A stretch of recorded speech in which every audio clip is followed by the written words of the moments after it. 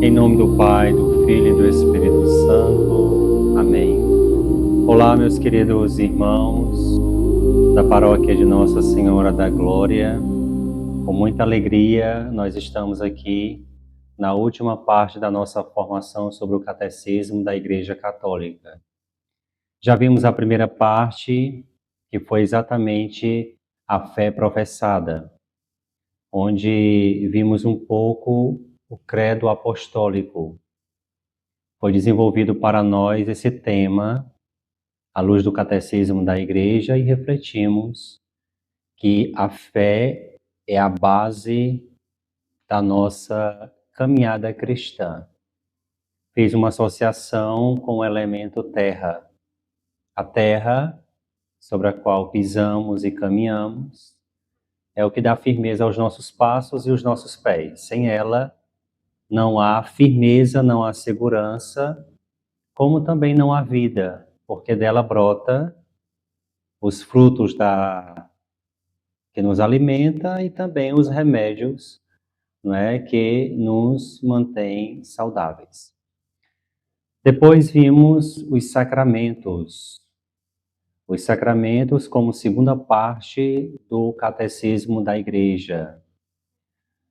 Os sacramentos fez uma associação com o elemento água, até porque iniciamos com o batismo.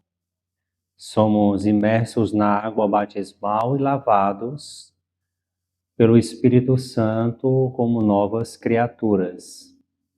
O primeiro banho é no líquido amniótico. Deus nos chama à vida também através da água.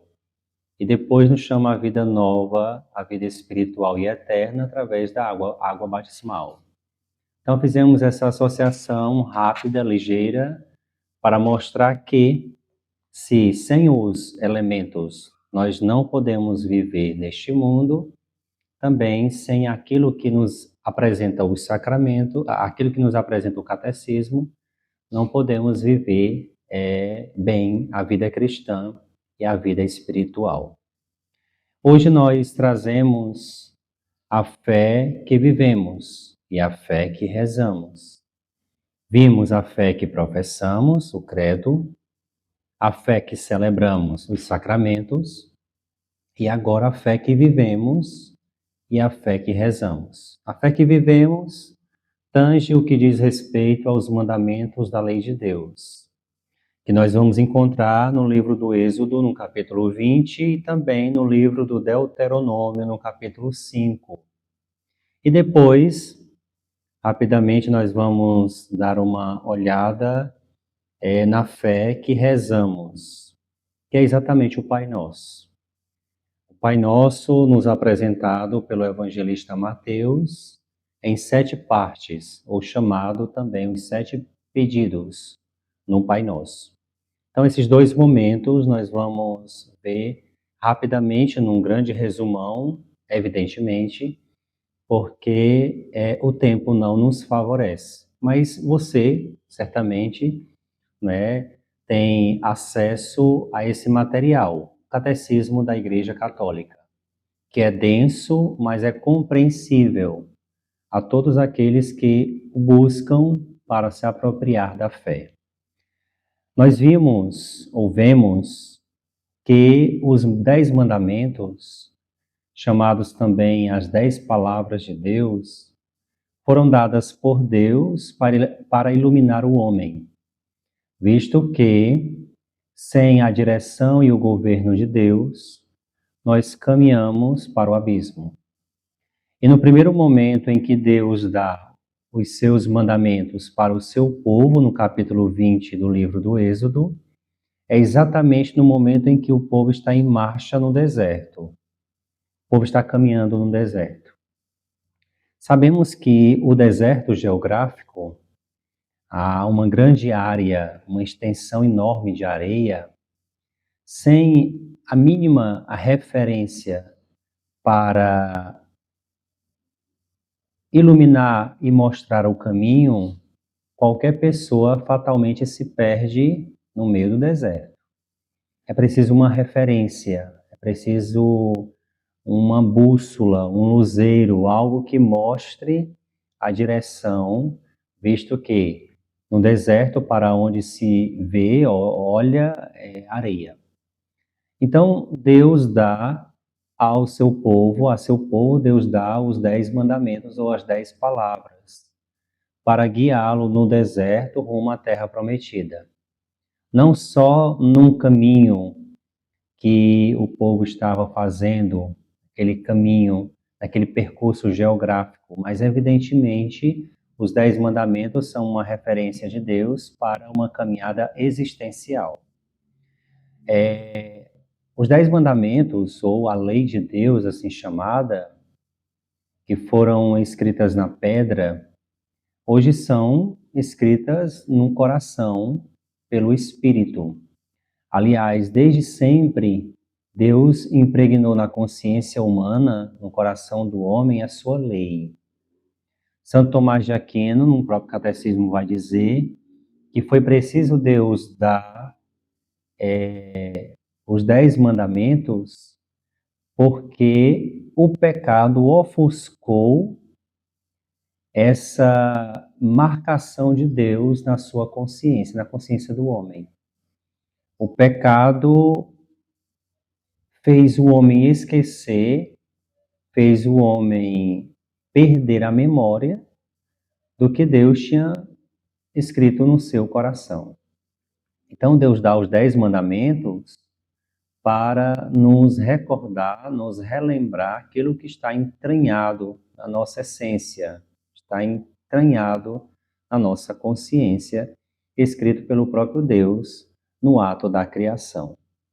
Então, os 10 mandamentos que Deus nos dá, que são chamadas também as 10 palavras, são divididos assim em duas partes. Naquilo que resume toda a lei de Deus, chamada lei perfeita. Os 3 primeiros mandamentos diz respeito diretamente a Deus, por isso amar a Deus, e os 7 últimos mandamentos diz respeito ao próximo. Então, assim, nós podemos olhar para os 10 mandamentos e ver nitidamente o amor a Deus e o amor ao próximo. É assim que Deus manifesta a sua vontade para nós. Nos 3 primeiros mandamentos, que são dirigidos a Deus, nós podemos observar aquilo que Deus nos chama a fazer. E aqui nós podemos resumir cada mandamento numa palavra. E essas palavras, por isso são chamadas as 10 palavras de Deus, resume a vontade de Deus para o homem, a fim de torná-lo feliz sobre a terra. E os 7 últimos, que não perdem também o seu valor, pelo fato de serem os últimos, mas somam, agregam aos 3 primeiros porque diz respeito às nossas relações, ao comportamento humano nas relações com o próximo. 10 porque o 10 também tem uma simbologia rica na Sagrada Escritura. Imaginemos as nossas 2 mãos com seus 10 dedos. É muito mais fácil nós conseguirmos nos segurar e nos sustentar numa situação com as 2 mãos do que apenas com uma. Então, as 2 mãos nos dão, de certa forma, uma segurança. Os 10 dedos nos dão uma segurança diante de uma situação de insegurança da vida, não é? Então, 10 nós podemos assim traduzir como segurança, como algo que nós temos que nos possibilita um caminho seguro. Assim também os 10 mandamentos. Os 10 mandamentos são para o homem a sua segurança. É a forma que ele tem seguramente de chegar em Deus, visto que no livro do Êxodo, logo no capítulo 20, Deus dá os 10 mandamentos porque o homem está em marcha, o povo está em marcha no deserto, a fim de que ele chegue seguro na terra prometida. Depois esses mandamentos serão relembrados Esses mandamentos serão, no capítulo 5º do livro do Deuteronômio, eles serão recordados por Deus ao seu povo, que está em marcha no deserto.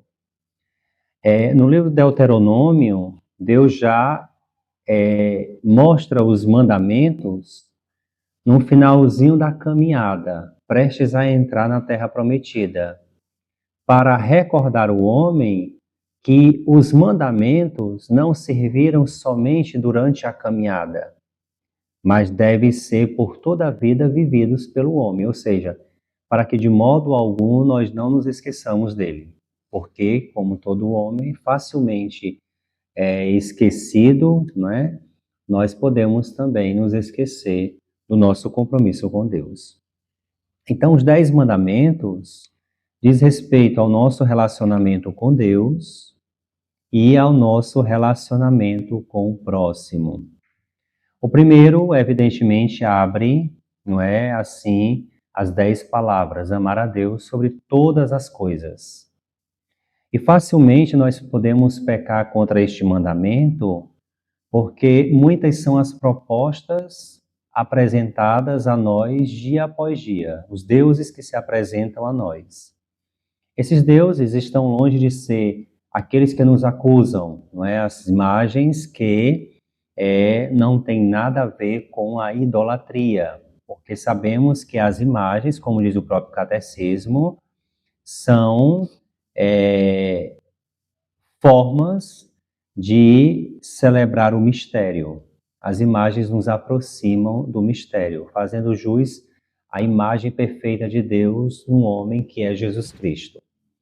Então, aqui, quanto ao primeiro mandamento, que nos preserva da idolatria, o próprio catecismo nos mostra as múltiplas formas de idolatria que existem no mundo e que podem habitar o coração do homem. E assim se manifesta, não é, a busca incessante, não é, a sua busca demasiada pelo dinheiro, pelos bens, pelo prazer, pelo poder. Quando essas coisas não são meios, mas fins em si mesmos, elas são para o homem seus deuses, né? Caímos facilmente na idolatria. Esse é um problema, porque substituímos o Deus único e verdadeiro que nos chama, que é o fim do homem, e substituímos o Senhor da história e o fim da nossa história por aquilo que é transitório e meio para que cheguemos a Deus. Então, essas coisas, sobretudo aquilo que Jesus mais combateu nas suas tentações, né? O apego aos bens, e aqui colocamos o dinheiro, o prazer e o poder, são meios e formas que o homem tem de caminhar para Deus e de servir mais e melhor. Né? Se apropriando dessas coisas, ele pode se santificar, mas quando são fins em si mesmos, elas já substituem o Deus único e verdadeiro no coração do homem. Então, aqui o catecismo nos mostra muitas formas de idolatria que entram no nosso coração. Além do mais, existem para nós aqui as idolatrias modernas, que são muitas formas. A tecnologia pode ser uma delas, né? Essa busca incessante pelo exibicionismo, pela aparência, né, pode ser também uma forma, aliás, pode ser não, é uma forma de idolatria. O culto ao corpo, o culto ao eu, o culto à tecnologia, o culto à ciência, o culto a tudo aquilo que é supervalorizado e que substitui Deus no coração do homem, pode ser e é idolatria. Então essas coisas precisam tomar o seu devido lugar. São meios para chegar a um fim, que é Deus, e não um fim em si mesmos. Então no primeiro mandamento, já de cara, nós podemos observar aquilo que o mandamento nos chama a viver e a fazer, amar a Deus. E quem ama a Deus, por isso que é o primeiro, não é? Os outros 9 mandamentos estão subordinados ao primeiro. Ou seja, quem ama a Deus não invoca o seu nome em vão, quem ama a Deus não desonra pai e mãe, quem ama a Deus não falta o compromisso com a fé, né, o compromisso dominical. Quem ama a Deus não mata, quem ama a Deus não peca contra a castidade, quem ama a Deus não adultera, quem ama a Deus não levanta falso, quem ama a Deus... Então, vejam que os outros 9 mandamentos estão plenamente subordinados ao primeiro. No que consiste amar a Deus? Olhando para os outros 9, nós percebemos e respondemos a essa pergunta, né, de que forma amar a Deus? E, evidentemente, a palavra que se sobressai nesse primeiro mandamento é o amor, amar a Deus. Amar a Deus, mais do que um sentimento, é uma correspondência vital, é a própria vida que se manifesta como resposta ao amor a Deus. Então, quem ama a Deus, oferta seus dias, seu tempo, suas lágrimas, suas dores, suas vitórias, suas conquistas. Quem ama a Deus, oferece a Ele o que tem, de bom e de mal, porque Ele é o Senhor do tempo e da eternidade, Ele é o tempo absolutamente de tudo, do homem, da natureza, do cosmos, deste mundo dos céus, né? Então, o amor a Deus, na verdade, passa do sentimento. Muito mais do que isso, superabunda para uma correspondência com a própria vida, né? Depois, observando, entrando no segundo mandamento, não tomar seu santo nome em vão, nós podemos perceber que aqui toca a dimensão, sobretudo, da adoração, né? O nome de Deus, o nome de Deus é o próprio Deus, porque o nosso nome, que também é sagrado, é a nossa própria alma.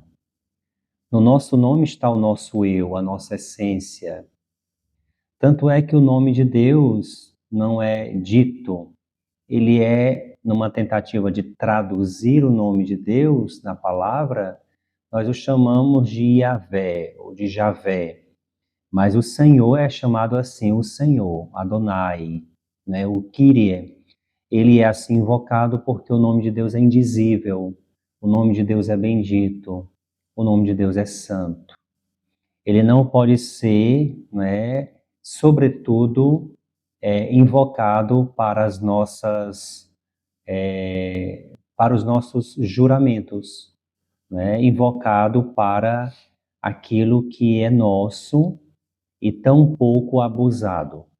E ao nome de Deus também está ligado o nome, evidentemente, como diz o catecismo, da Virgem Maria dos Santos e aquilo que é sagrado, ou seja, não usar daquilo que é santo para poder, não é, confirmar ou poder realizar as nossas promessas. Isso é muito perigoso porque com Deus não se brinca e com o nome de Deus não se usa para coisas assim.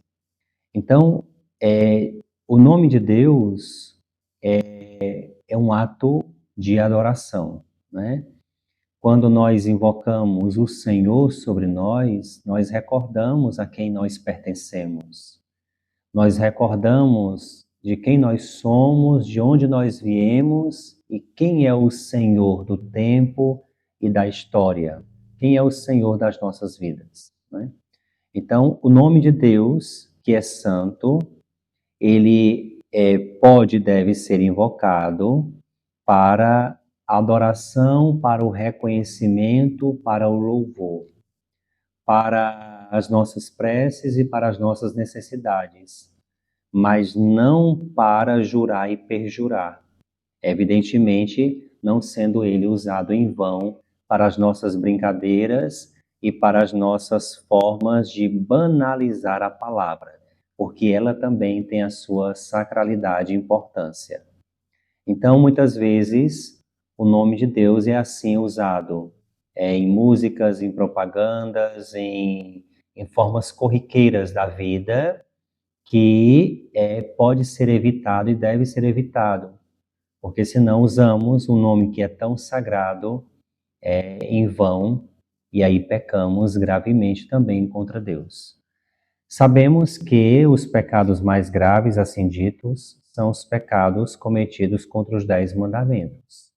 Tendo uma consciência dos 10 mandamentos, nós podemos também, evidentemente, fazer uma boa confissão dos nossos pecados.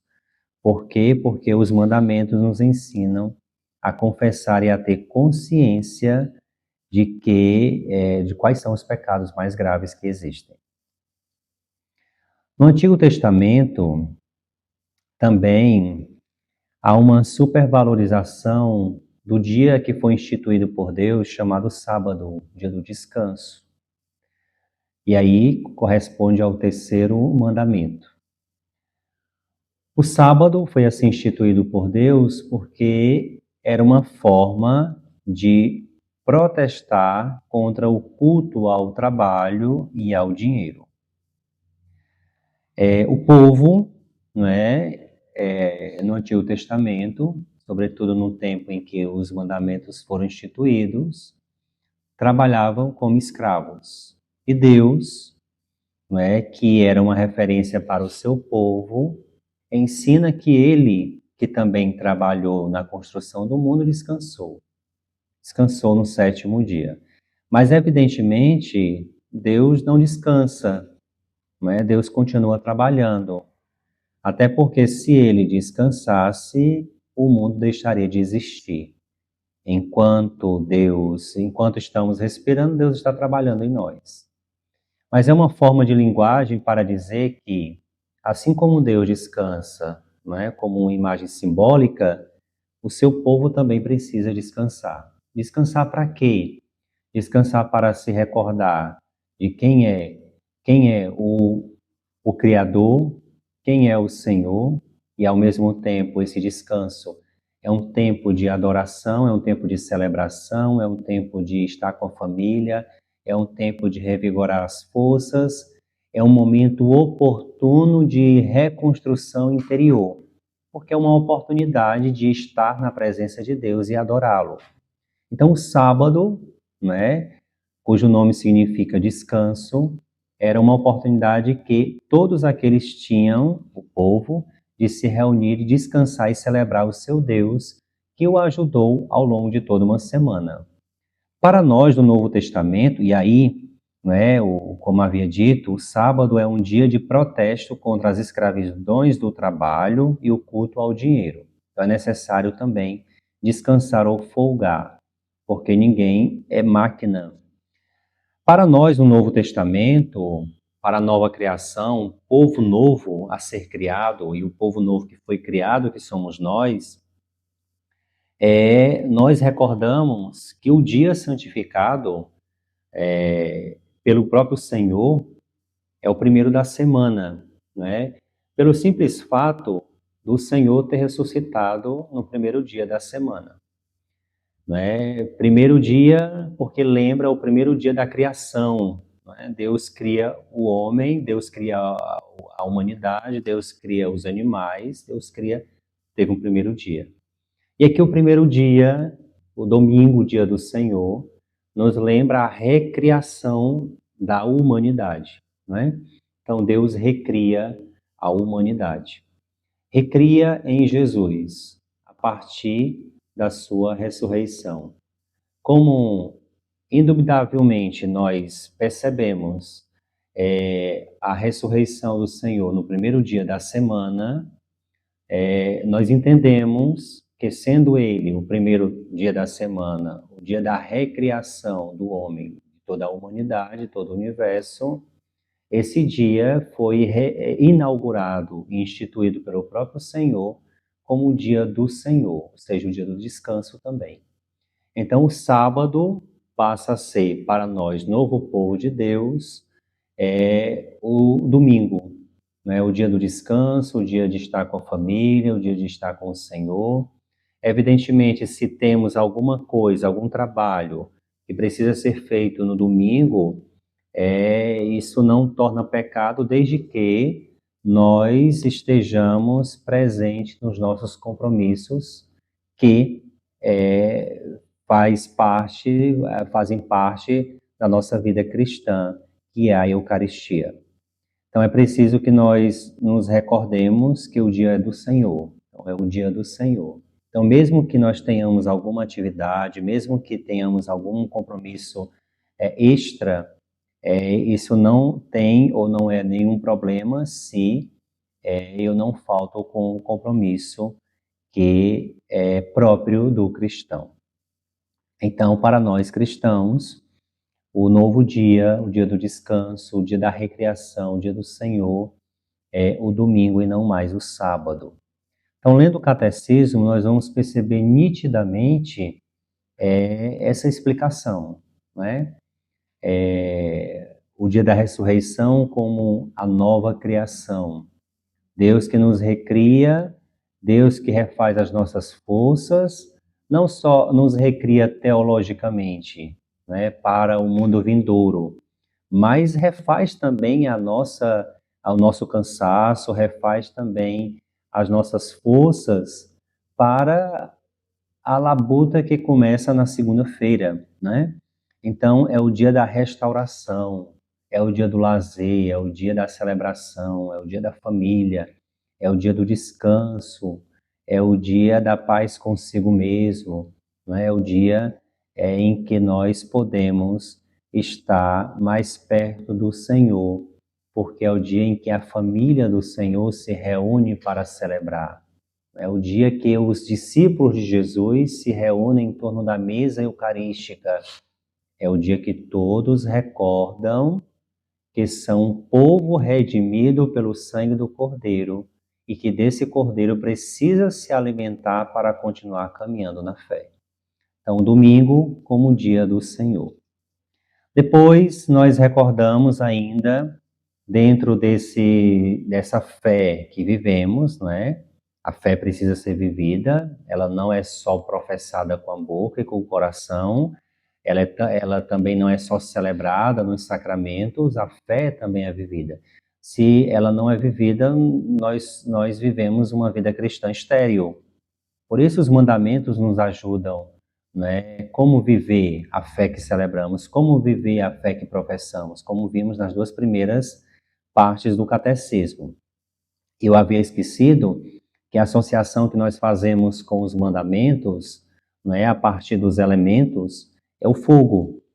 Por que o fogo? Porque o fogo é algo que renova, não é? É o elemento que renova, que fortalece, que faz brilhar, que dá vigor, né? O fogo que lembra o Espírito Santo, que é alguém que dá, que é aquele que dá ao homem a vida nova. É o Espírito Santo quem apaga os nossos pecados, que purga os nossos pecados, que queima o que há de mal em nós. É o Espírito Santo quem nos dirige no caminho para Deus, que nos fortalece. É o Espírito Santo, a brasa acesa de Deus dentro de nós, que nos torna pessoas novas. Né? Assim como, né, a prata e o ouro são revigorados, iluminados e que brilham a partir, não é, do fogo, assim também o nosso coração. E é vivendo os mandamentos que nós vamos vivendo uma vida nova. E só é possível viver os mandamentos no Espírito Santo, porque não vivemos a lei pela lei, mas vivemos a lei na graça. A graça de Deus é o Espírito Santo. Sem o Espírito Santo, nenhum homem sobre a face da terra consegue viver os planos de Deus para a sua vida. Só no Espírito Santo nós temos consciência, temos condições, temos forças para poder caminhar e viver bem na presença de Deus. Então, tendo consciência disso, o quarto mandamento, não é, diz respeito à devoção que devemos ter aos nossos pais, evidentemente, mas às autoridades constituídas. E isso, não evidentemente, não só daqui para lá, ou seja, uma reverência não só para com as nossas autoridades, mas também o cuidado que os pais devem ter na educação, né, da fé dos seus filhos, na educação espiritual dos seus filhos. É uma correspondência mútua. Quando o quarto mandamento fala do honrar pai e mãe, claro que primeiro a honra é a Deus. E naqueles que foram constituídos diretamente autoridades sobre nós, em nome de Deus, Deus é honrado neles. Por isso, esse mandamento é o único carregado de uma promessa. Dos 10 mandamentos, é o único que é carregado de uma promessa. Ou seja, honrar pai e mãe para que tenha vida sobre a terra. Né? A vida sobre a terra aqui, não só neste mundo, mas a terra bendita do céu. Ou seja, na honra que prestamos, nos devidos cuidados que prestamos aos nossos pais, nós herdamos e recebemos a bênção de Deus. Seja a honra prestada material, seja espiritual, seja na devida atenção psicológica e nos cuidados necessários básicos que devemos prestar, né? Quando damos esse auxílio direto e quando somos atenciosos nessa causa, nós assistimos o próprio Deus e recebemos dele o seu perdão. Essa é a promessa de Deus para nós. Recebemos de Deus o perdão quando damos aos nossos pais, às autoridades constituídas, a devida atenção, seja na palavra, seja no gesto, seja na oração. Por isso nós somos convidados também a rezar por todos aqueles que nos governam, não é? Para que sejam governados eles pela justiça, pela paz e pelo bem, e não se desviem para um caminho errado, porque quando eles caminham pelo caminho errado, são eles que nos governam, nós também somos guiados nesse caminho. Então, a nossa missão e a nossa vocação, quando toca esse mandamento, é também rezar por aqueles que nos governam e nos assistem, seja as autoridades constituídas, não é? E aqui as autoridades civis, como também as nossas autoridades religiosas, eclesiásticas, como também os nossos pais, aqueles que diretamente, em nome de Deus, assumem a responsabilidade de nos governar. Quando estes faltam com seu compromisso, cabe a nós, homens conscientes da vocação e do chamado, rezar e pedir a Deus, mas realmente rezar e pedir a Deus para que dirijam os passos destes, a fim de que não conduzam outras pessoas para o caminho errado. Porque de cada pessoa que governamos e conduzimos por um caminho errado, responderemos a Deus em juízo. Então, isso é muito importante ter a consciência, porque todos nós somos responsáveis uns pelos outros. Depois nós temos o quinto mandamento, não matar. Não é? Quando Jesus disse, eu não vim abolir a lei, mas vim aperfeiçoar, ele veio aprofundar a lei, né, de tal forma que ele nos faz compreender que o não matar, evidentemente, né, o catecismo aponta várias formas de morte, como a eutanásia, como um aborto, como o estupro, como um assalto, como a violência, são formas diretas de morte, evidentemente nós sabemos. Mas existem outras formas também de matar e de morte, que somos chamados a ter um devido cuidado e atenção, que é exatamente as palavras, né? O ódio, o ressentimento, o rancor, as palavras duras, os palavrões, não é? Palavras que também matam, ferem. Então, quando Jesus toca os mandamentos, ele diz também, ele fala também do cuidado que deve ter desde a raiz. Porque se a morte chega nas mãos, ela começa no coração.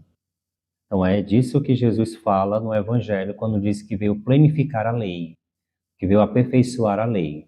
Antes de chegar nas mãos, a morte com as armas e com a violência, ela nasce no coração do homem, né? E essa morte, Jesus aqui nos aponta, sobretudo, os maus sentimentos.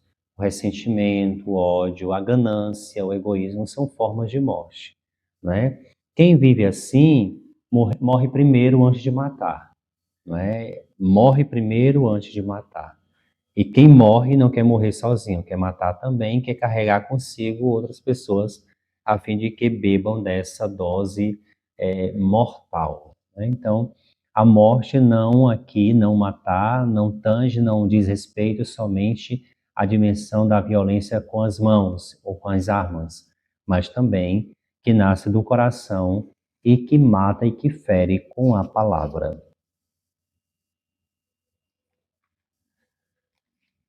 Depois, seguindo ainda os mandamentos, nós, para o sexto mandamento, não pecar contra a castidade, né?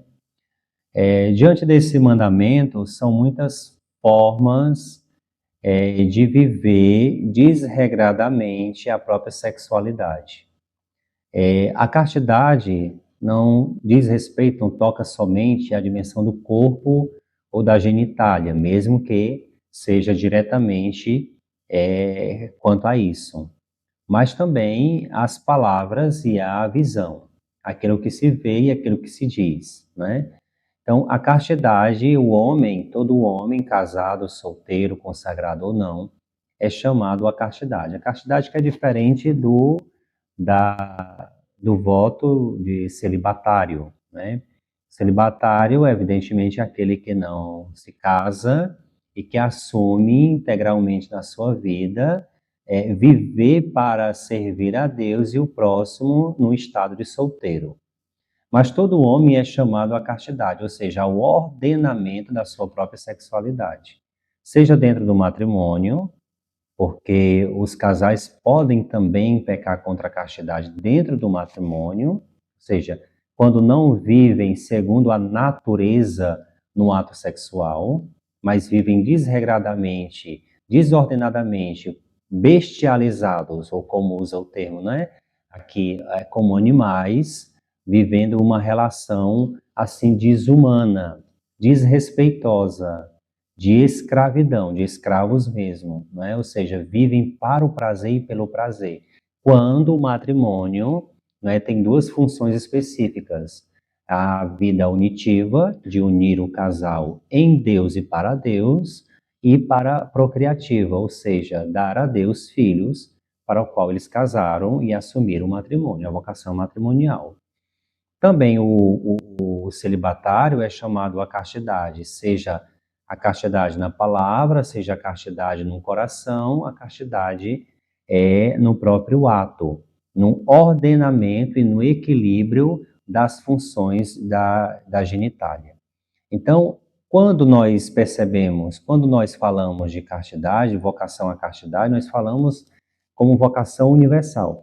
E o próprio Senhor dá uma promessa, né? Faz uma promessa. A castidade é promessa de imortalidade, serão como anjos no céu.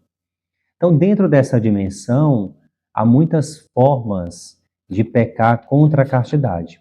E o catecismo enumera, não é? Enumera aqui alguns elementos que são até de certa forma incentivados pela modernidade, mas que, como palavra de Deus, não perdeu o seu vigor, continua sendo pecado mesmo quando muitos, ou o mundo diga que não é.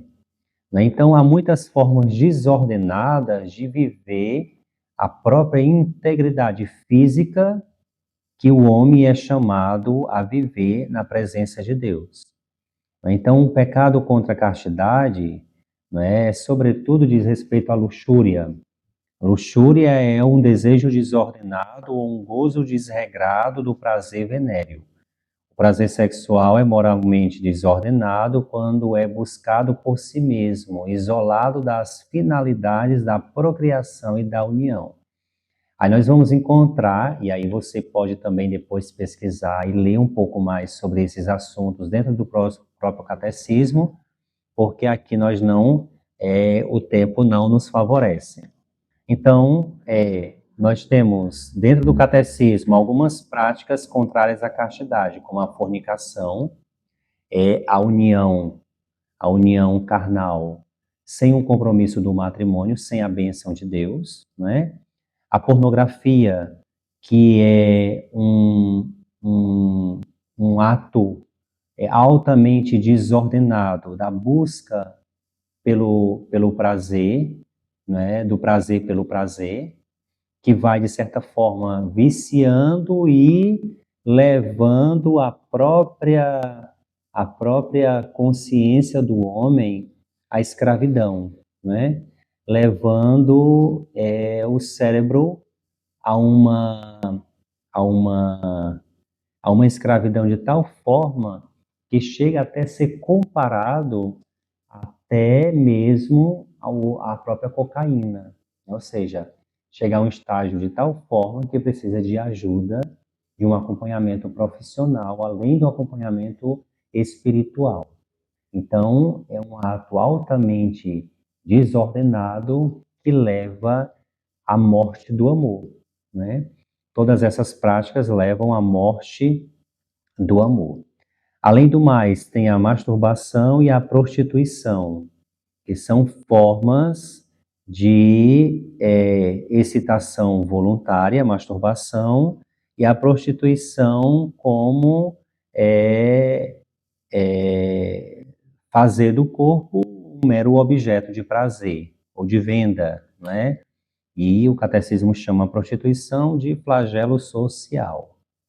Além do mais, também tem o estupro, não é? Que é a penetração à força com violência, deixando não só marcas de agressão física na pessoa, mas também psicológica, a ponto de levar a pessoa a um certo transtorno psicológico que pode até, de certa forma, impedir a pessoa de depois também assumir a própria vocação matrimonial e de procriar, de tanta rejeição que isso pode acontecer, ou até mesmo incesto, não é? Que é a relação entre pares, né? Entre familiares ou pessoas assim conhecidas. Então vejam, dentro desse mandamento, são muitas as formas de pecados contra a integridade do homem, a integridade humana, a integridade física. Deus nos chama por inteiro para Ele. Deus nos chama integralmente para Ele, né? Então podemos até pensar, bom, mas em tudo ou em muitas formas existe o amor, né? Evidentemente isso é inegável, existe o amor. Só que são formas de amar desordenadas, porque somente em Deus é possível amar ordenadamente, né? Não existe uma forma perfeita de amar se não for em Deus, que é o puro amor do homem, né? Deus é o amor por excelência. Fora dele ou sem ele, não há um amor perfeito ou um amor ordenado. Então, só em Deus, ou seja, só observando os seus mandamentos, só atendendo aquilo que ele ensina, é possível amar verdadeiramente com um amor perfeito. Fora do amor e do ensinamento de Deus ou dos seus mandamentos, toda forma de amar é desordenada e capenga. Não é? Depois, vamos ainda avançando para, e aqui, claro, você vai encontrar também uma fala do catecismo sobre o adultério, sobre o divórcio, não é? Sobre a união livre, sobre o incesto, sobre a poligamia. Vejam que são muitas as formas deturpadas, estranhas do homem viver longe de Deus. Depois o sétimo mandamento, não roubarás, né? Nesse mandamento proíbe tomar ou reter injustamente os bens do próximo ou lesá-lo de qualquer modo nos mesmos bens. Prescreve a justiça e a caridade na gestão dos bens terrestres e dos frutos do trabalho do homem. Aí, não é, nasce a ganância, nasce o desvio daquilo que é do outro, ou um roubo, não é? Tirar objetivamente do que é do outro, ou até mesmo danificar aquilo que é do outro. Nesse mandamento, não roubarás, Deus quer preservar a integridade dos bens de cada um. Né? Cada um tem o direito de possuir, tanto a propriedade privada quanto os seus bens. Isso é um direito, né? E ninguém tem o direito de tirar do outro o que, por esforço e por dedicação, cada um trabalhou para adquirir para si. Então, é uma lei, né, que Deus estabeleceu porque Deus quer pôr limites, né, na vida e nos bens de cada um. Então, o resultado dos bens que cada um pode adquirir vem pelo esforço do trabalho e pelo esforço da dedicação, né? Daí Deus nos chama ao respeito aos bens do outro. Então, nesse sétimo mandamento, o catecismo, como todos os outros pontos, é bem claro no que diz respeito. Citando alguns textos, né, como o episódio de Zaqueu, né, citando também a dimensão da doutrina social da igreja, da caridade, que mesmo que nós trabalhemos para adquirir, né, com o nosso suor os nossos bens, nós também temos a obrigação de partilhar, nós temos a obrigação, né, de sermos pessoas generosas e não retermos porque simplesmente somos nós que trabalhamos e suamos para adquirir, somos chamados também à caridade. E onde há caridade, há verdade. E a verdade é uma só coisa, é Deus. E onde há caridade, Deus aí está, como cantamos. Então, no que toca ao a não furtar, não é só tirar do outro, não é? Mas é também reter sem a capacidade de partilhar.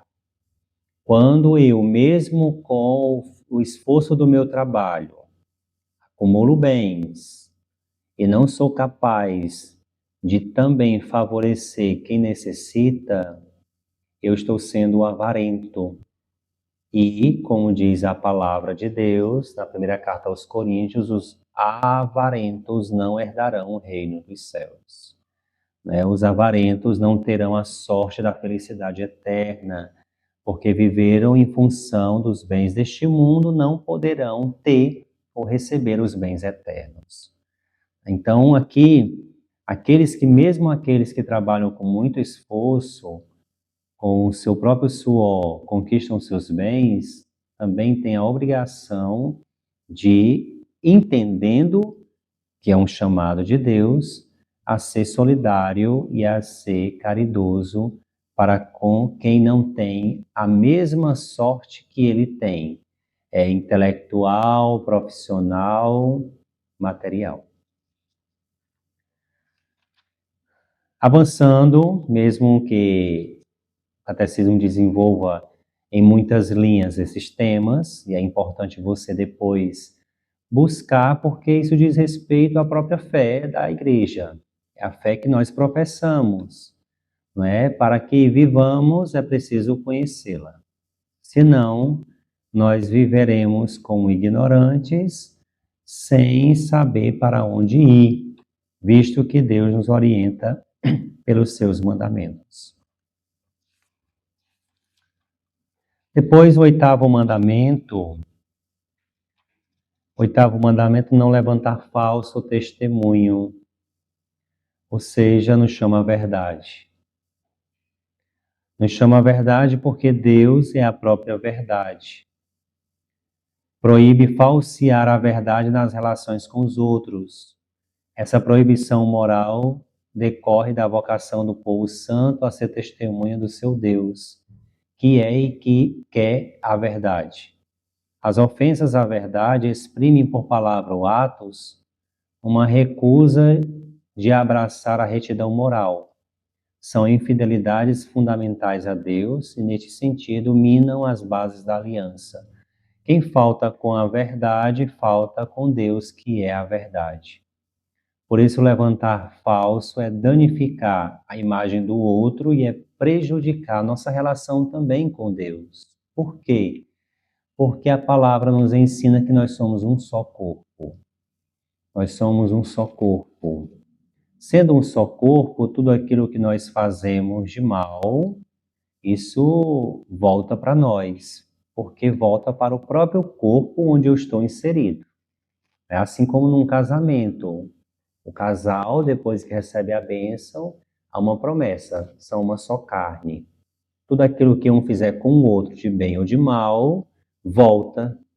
Por quê? Porque são uma só carne, né? Eu atinjo a minha própria carne. Então aqui, evidentemente, tem alguns temas próprios que serão abordados no catecismo, né? Como a maledicência, como a fofoca, como a calúnia, né? O perjúrio, juízo temerário, né? A maledicência que falamos, né? A bajulação, a complacência, a adulação, a mentira, a fanfarronice, né? Ou seja, são formas graves de prejuízo à verdade. São formas de manipulação. E que isso não toca somente o outro, não é? Mas fala de mim próprio. Não é? A calúnia, a fofoca, a maledicência, a bajulação, todas essas formas maléficas, por assim dizer, de viver, né, e de se relacionar, descaracterizam a minha imagem. Na verdade, mesmo danificando a imagem do outro, também descaracteriza a minha, porque eu vou me tornando aquilo que a minha boca reproduz. Eu vou sentindo e alimentando o que a minha boca reproduz. Então, esse mandamento nos preserva na verdade. Mesmo que ela seja dilacerante, né, em alguns momentos, como diz a palavra, ela é a única forma de viver bem e ela é a única forma de cura, de cicatrização e de salvação. Só a verdade liberta. E é claro que, né, esse mandamento também fala do sigilo sacramental da confissão, dos segredos profissionais que nos são confiados, né? Então, a difamação, que é um dos pecados mais graves contra este mandamento, é algo que prejudica a imagem do outro, que pode gerar até, nesse caso, né, na esfera jurídica, social, é um processo. Né? Isso pode danificar a minha imagem, não só diante de Deus, como pecado, mas também socialmente com aquilo que pode acontecer como o devido processo contra a minha pessoa. Então, não levantar falso é um mandamento de Deus que nos proíbe viver não só falando mentiras, mas viver na mentira. Né? Depois, o nono mandamento é não cobiçar a mulher do próximo, o homem do próximo. Né? Aqui tange a dimensão da concupiscência da carne, né? Ou seja, não cobiçar aquilo que não nos pertence, né? Não cobiçar com os olhos, né? Isso pode ser muito mais fácil via rede social, né?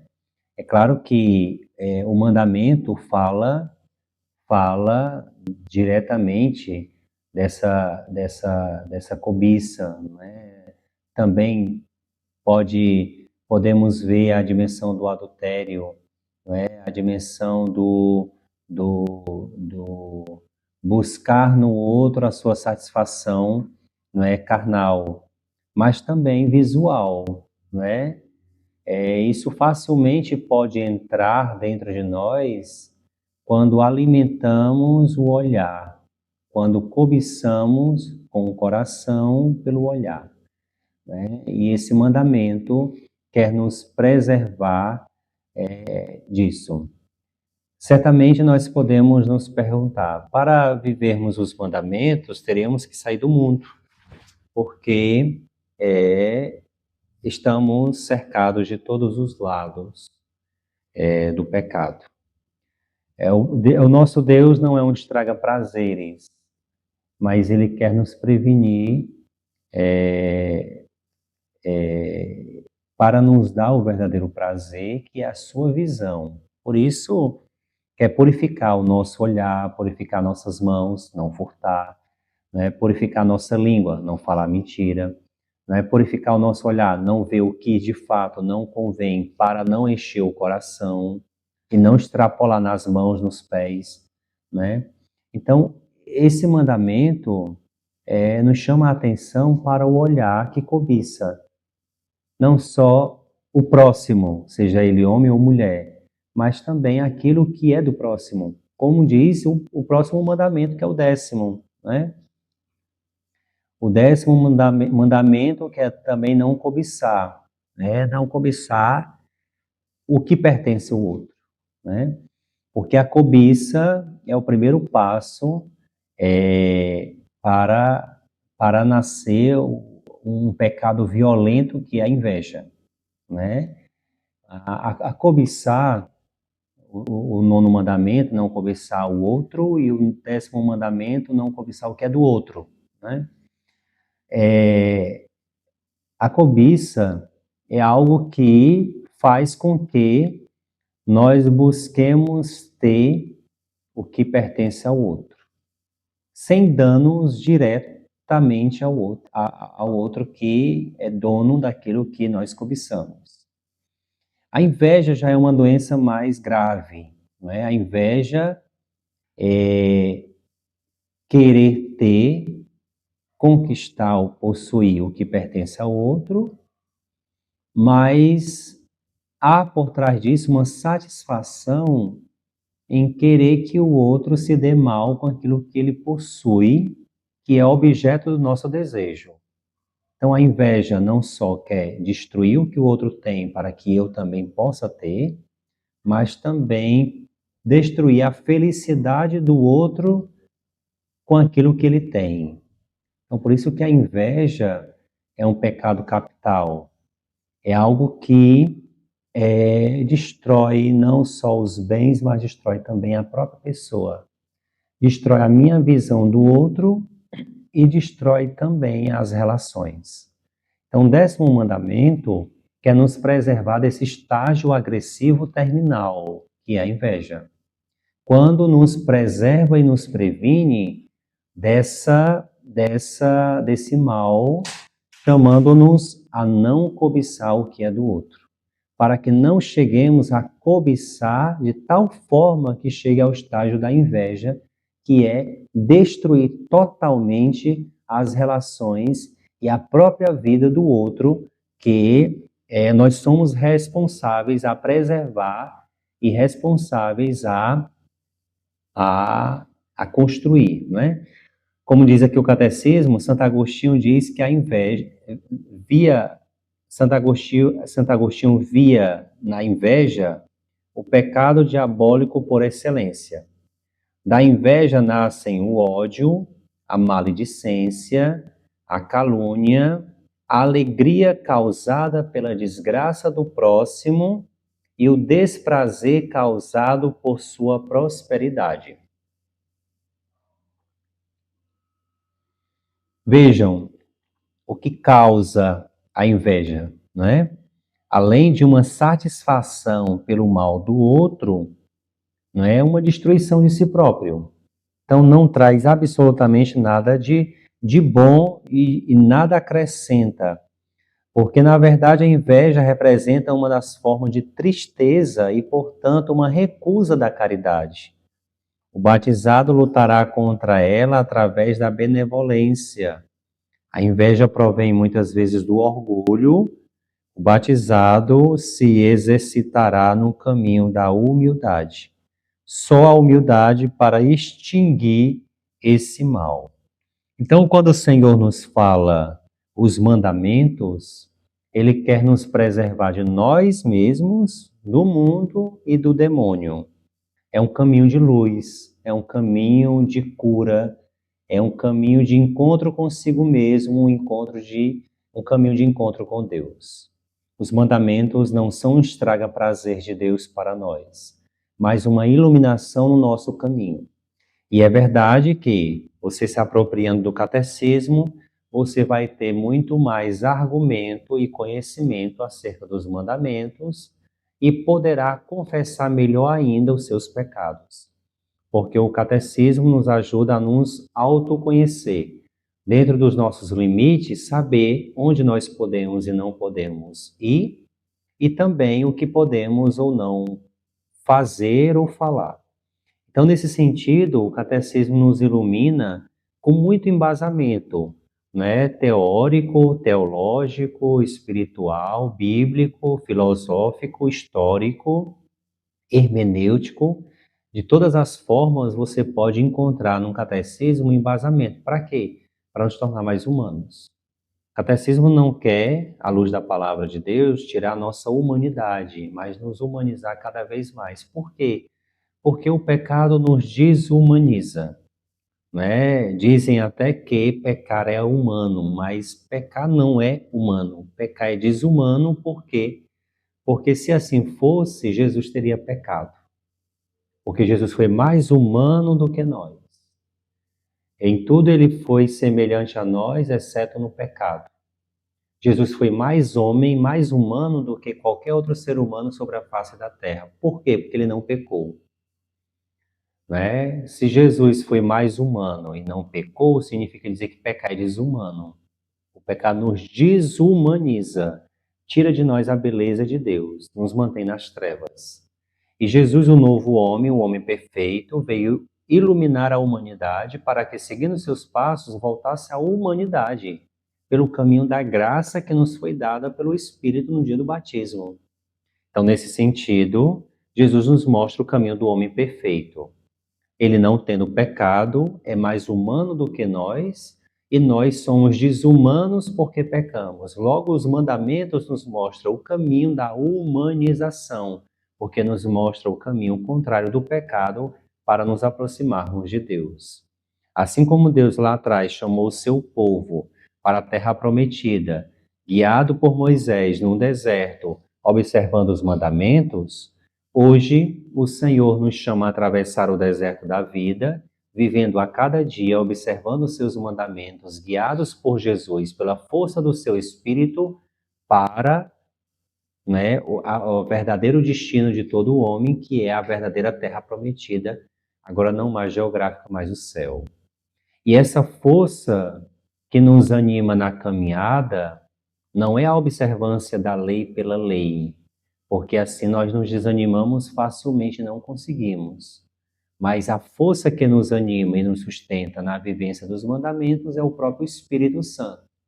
Tanto é que, quando o povo de Deus termina a sua caminhada, né, no deserto, quando caminha no deserto e chega aos pés da montanha sagrada, que é no Monte Sinai, que recebe os 10 mandamentos, depois de 50 dias, eles celebram a lei.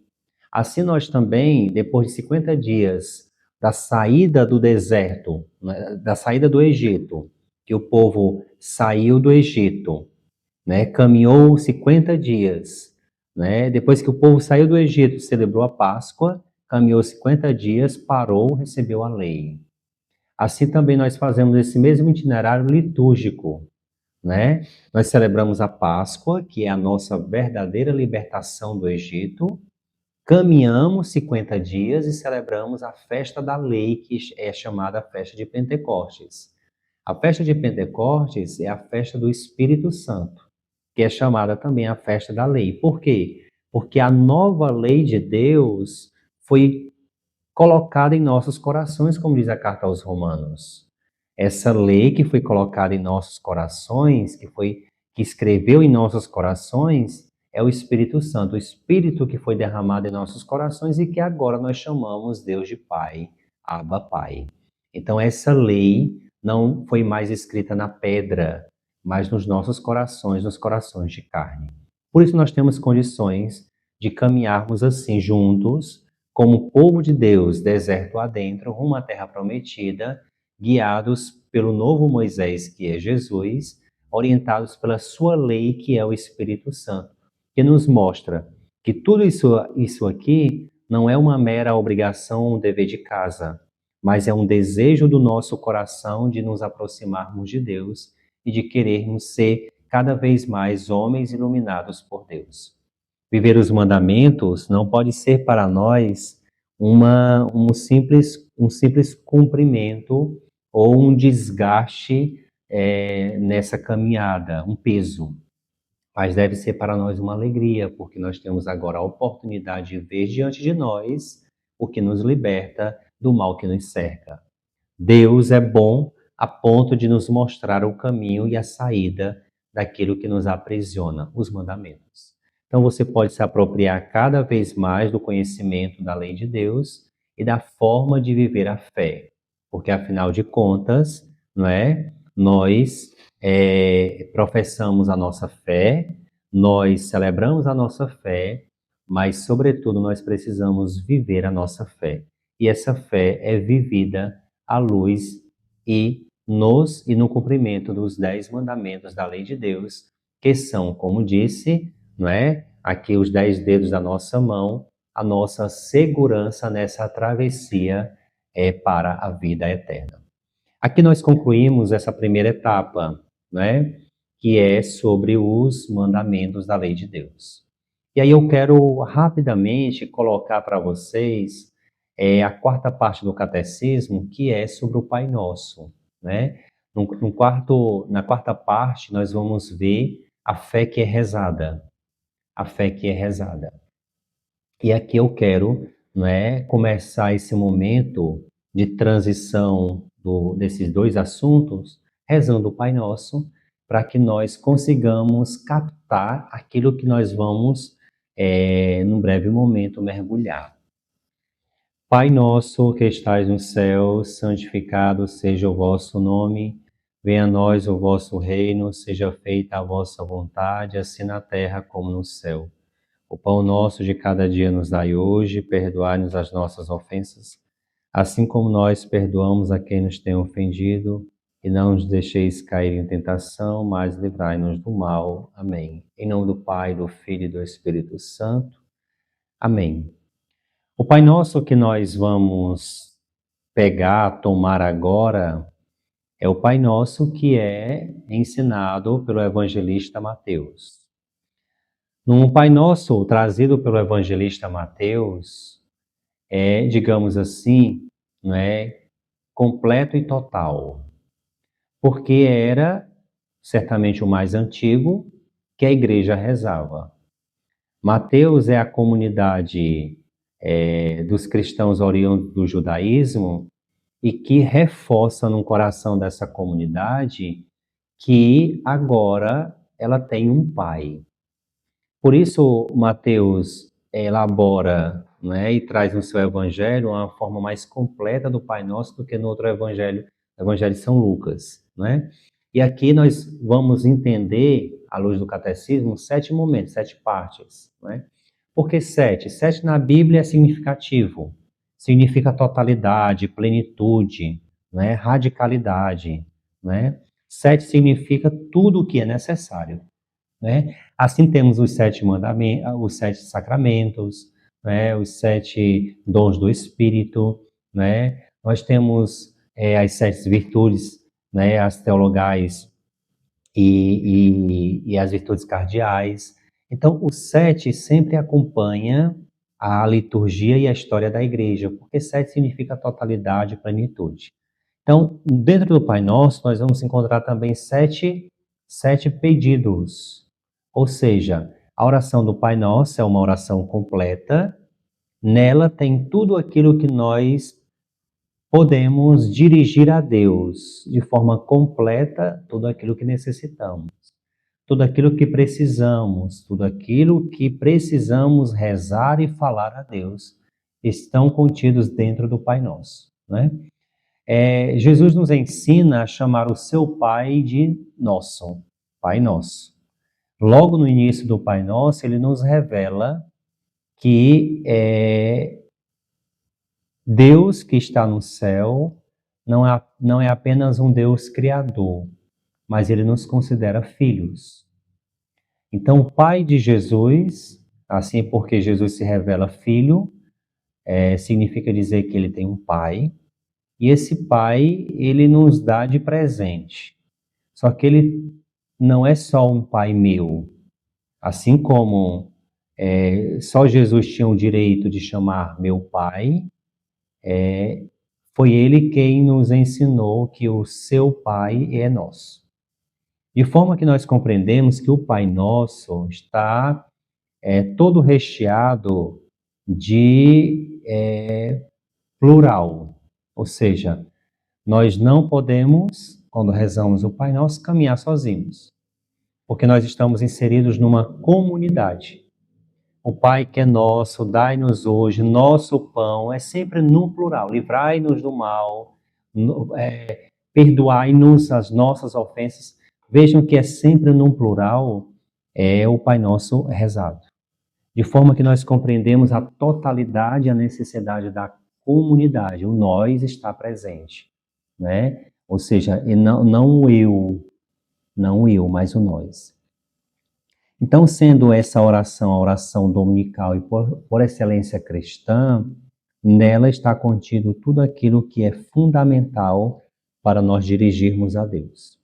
E é claro que a oração, como a oração do Pai Nosso, como as outras orações, ela não pode ser uma mera oração vocal repetitiva.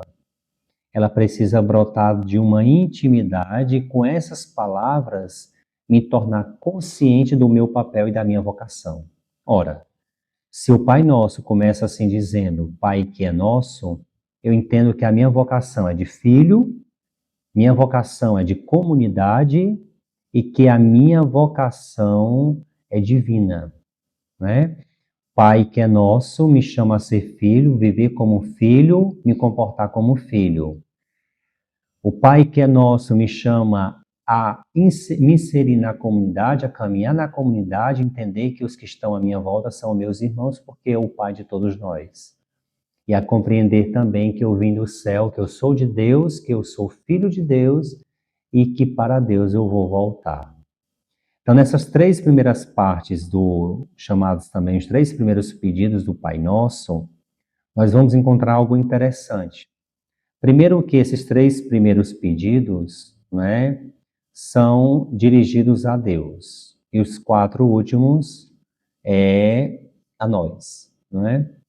Então, nesses três primeiros, nós contemplamos três coisas das quais nós não podemos nos esquecer enquanto peregrinos.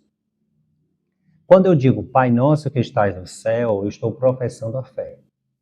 Primeira coisa, eu creio que Deus que está nos céus que é nosso Pai. Ele nos vê, Ele nos escuta porque Ele é Pai. Que pai não vê, que pai não escuta, que pai não olha os seus filhos? Logo, eu acredito que Deus que é Pai, que está nos céus, me vê, me escuta, me olha, me atende. Então eu professo a minha fé. Primeira virtude, chamada virtude teologal, recebida no batismo, a virtude da fé. Aqui nós recordamos a fé, ou seja, no Pai Nosso nós também pedimos a fé.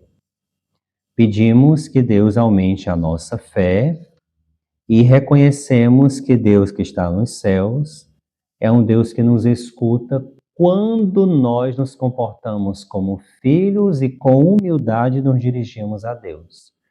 Porque sem a humildade, nenhuma oração chega ao céu. Depois, nesse segundo momento, santificado seja o vosso nome.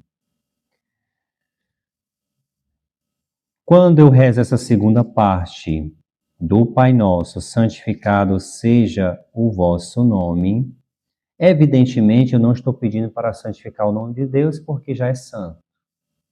Mas eu me aproprio do nome de Deus para que a minha vida santifique o nome de Deus, ou seja, em cada ato, em cada palavra e em cada ação, eu revele em mim o quão eu acredito que Deus é santo. Eu só posso provar que de fato eu creio quando eu ajo assim. Então, as minhas ações revelarão a minha fé, a fé que eu tenho no Deus que é santo. As minhas ações mostrarão ao mundo que, de fato, eu acredito que Deus é santo para mim. Porque nós podemos, de certa forma, também escandalizar o nome de Deus. Então, quando eu rezo, santificado seja o vosso nome, eu também professo a minha esperança de que o mundo vai melhorar, de que o mundo vai se aperfeiçoar e se qualificar quando eu revelar a minha fé. Então, as minhas ações, as minhas obras, as minhas palavras, o meu pensamento, o meu novo jeito de ser cristão vai poder testemunhar e convencer o mundo de quem é Deus. Ou seja, eu creio e espero que isso aconteça. Nessa segunda parte do Pai Nosso, nesse segundo pedido, eu também professo a minha esperança. Por quê? Porque eu acredito que as minhas obras, que é Deus realizando em mim, têm a força de convencer o mundo e as pessoas a se voltarem para Deus. Então, o meu jeito de ser e o meu jeito de evangelizar acredita piedosamente que é uma forma de levar as pessoas à fé em Deus. Eu espero que isso aconteça, eu acredito que isso aconteça, por isso eu faço, por isso eu ajo, por isso eu realizo as obras de Deus em mim, porque eu acredito que essas obras trarão pessoas para mais perto de Deus. É a minha esperança, eu espero nisso, eu acredito nisso. Né? Então, veja que nessa segunda parte do Pai Nosso, aqui nós trazemos e recobramos e recordamos a segunda virtude teologal, da esperança. Né? Então, dentro dessas três primeiras, como havia falado, nós concretizamos, não é, essas três virtudes teologais. A primeira, eu professo que Deus está no céu e que Ele me ouve, eu creio nisso. A segunda, eu acredito que as minhas obras trarão as pessoas para Deus, porque eu vou estar santificando o nome de Deus que está em mim. De que forma eu santifico o nome de Deus? Através da minha vida vivida segundo Deus. Assim eu acredito, assim eu professo, assim eu revelo a fé que eu tenho de uma forma prática. E dessa forma eu estou convencido de que as pessoas se apropriarão de Deus. Depois, venha a nós o vosso reino, né? Venha a nós o vosso reino. O reino de Deus, o reino de Deus,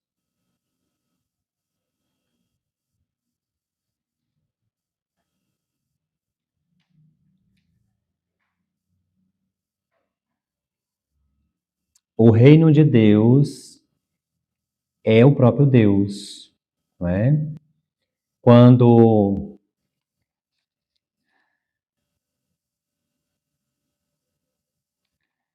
quando rezamos no Pai Nosso, aqui nos 7 pedidos, Pai nosso que estais no céu, santificado seja o vosso nome, não é? Que é a primeira parte, Pai nosso que estais no céu, santificado seja o vosso nome, que é a primeira parte. Desculpa, é a primeira parte. Ou seja, com esse primeiro pedido, eu professo a minha fé, não é? No segundo pedido, o segundo pedido, na verdade, é venha a nós o vosso reino. Ou seja, não é?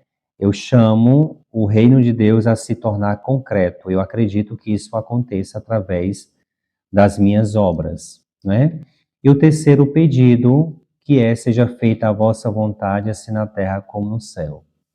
Eu só antecipei aqui um pouco, né? Confundi aqui um pouco, mas é tudo certo. Nessa terceira parte, seja feita a vossa vontade, assim na terra como no céu. A vontade de Deus é a realização do amor de Deus, né? O amor de Deus se manifesta na sua vontade. Quando fazemos a sua vontade, nós amamos a Deus.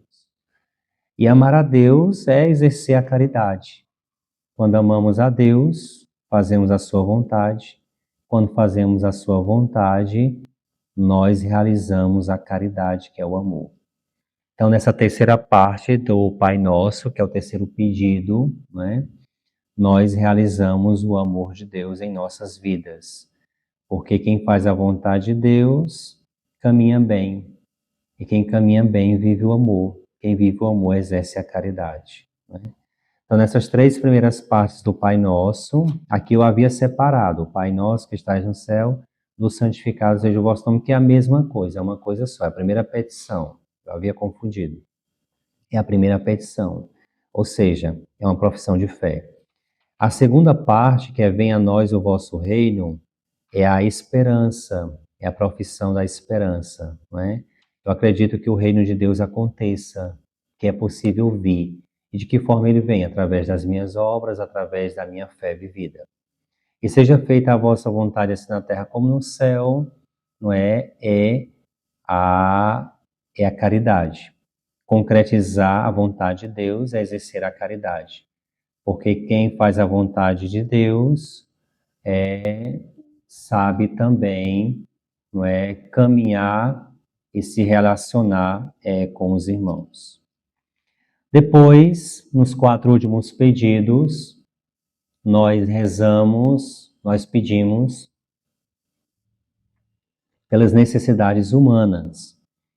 Quando rezamos o pão, sobre o pão nosso de cada dia, evidentemente, não só para abençoar os nossos empreendimentos, negócios e o pão material, mas também pedimos a Deus que não nos falte a capacidade de escutar para alimentar o nosso coração com o pão da palavra, e também nós pedimos para que não percamos, não é, a capacidade e a graça de nos afastar do pão eucarístico.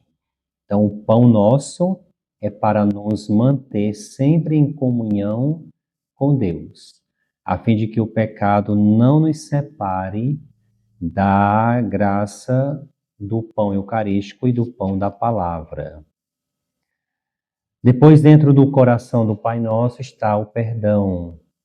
Assim como nós pedimos o perdão de Deus, pedimos também para que nós consigamos perdoar. E só é possível ser perdoado por Deus quando também nos abrirmos ao perdão. Não só de pão vive o homem, né? Nós nos alimentamos do pão da palavra e do pão eucarístico para que tenhamos condições de perdoar, assim como queremos ser perdoados por Deus. Pedir a Deus para não nos deixar cair em tentação é pedir a graça de podermos ver os perigos da vida e não nos deixar ceder nos caminhos mais fáceis que nos favorecem o desencontro e a inimizade com Deus. Ceder à tentação é dar a nossa liberdade para o mal agir. Ceder à tentação é nos entregar totalmente. Então, nós pedimos nessa oração o fortalecimento das nossas forças para que nós não cedamos o caminho mais fácil e não nos entreguemos nas mãos do inimigo, pedindo a Deus que nos guie, que nos fortaleça e que nos abençoe. E também para que tomemos consciência de que não podemos entrar por caminhos que nos levam a ceder à tentação, ou seja, não dialogar com o demônio, não dialogar com a tentação. Não ceder é também não entrar nos caminhos que facilmente eu sei que posso cair. Então, fugir das ocasiões de pecado é também não concretizar esse pedido, né? Não nos deixar cair em tentação. Não podemos tentar a Deus, né? Achando que, porque somos fortes, podemos frequentar determinados espaços, sabendo que ali cederemos à tentação e o pecado, né? Então, Deus nos ajuda quando também nós nos ajudamos, né? E o último pedido, livrai-nos do mal. O mal aqui não é apenas uma abstração. O mal da doença, que também é um mal que pedimos para nos livrar, o mal da violência, o mal da dor, do sofrimento, mas também o mal enquanto pessoa, personificação. O próprio catecismo fala que esse mal não é só uma abstração, mas designa uma pessoa, Satanás e o maligno. Então nós pedimos para nos livrar do maligno, ou seja, para que nós não andemos com o maligno, para que nós não sejamos servos do maligno, para que nós não sejamos filhos das trevas, do pecado e da morte, mas filhos de Deus. Então, neste último pedido, nós pedimos a Deus proteção contra o diabo, que nos influencia e que planta as suas sementes em nós, para que nós nos rebelemos contra Deus e abandonemos o caminho da fé. O maior prejuízo que o demônio pode causar na nossa vida é o abandono da fé. Por quê? Porque é a fé que nos convence de que há chance para nós, há possibilidade para nós, há perdão para nós, há recomeço para nós. Quando nos falta fé, nós perdemos toda a esperança sobre nós mesmos. Então, o maior prejuízo que o demônio pode nos causar é a perda da fé. Perder a fé é perder toda e qualquer oportunidade de recomeço. Por isso, pedimos livrai-nos do maligno, para que ele não entre na nossa vida arrancando a fé. E concluímos com amém. Eu concordo, assim seja, eu quero, eu aceito, né? Eu carimbo, eu assino embaixo. Né? Então, o amém é a nossa resposta a tudo aquilo que acabamos de rezar. Esse é o Pai Nosso, né? Resumindo assim de uma forma bem rápida, aquilo que você pode ler e acompanhar no catecismo, aquilo que você pode se apropriar, evidentemente, em outros textos que explicam também isso aí. Então, espero que possa ter, de certa forma, contribuído um pouco, não é mesmo que rápido e assim ligeiro, com essa explicação, você tenha também a coragem, a decisão e a oportunidade de, olhando para o catecismo, compreender melhor a sua fé. Que Deus abençoe, que Deus te guarde, em nome do Pai, do Filho e do Espírito Santo. Amém. Um forte abraço, que Deus te abençoe. Felicidades na sua caminhada e na sua fé vivida e na sua fé rezada. Não só professada ou celebrada, mas também vivida. Mandamentos e rezada. Pai Nosso. Deus abençoe e guarde.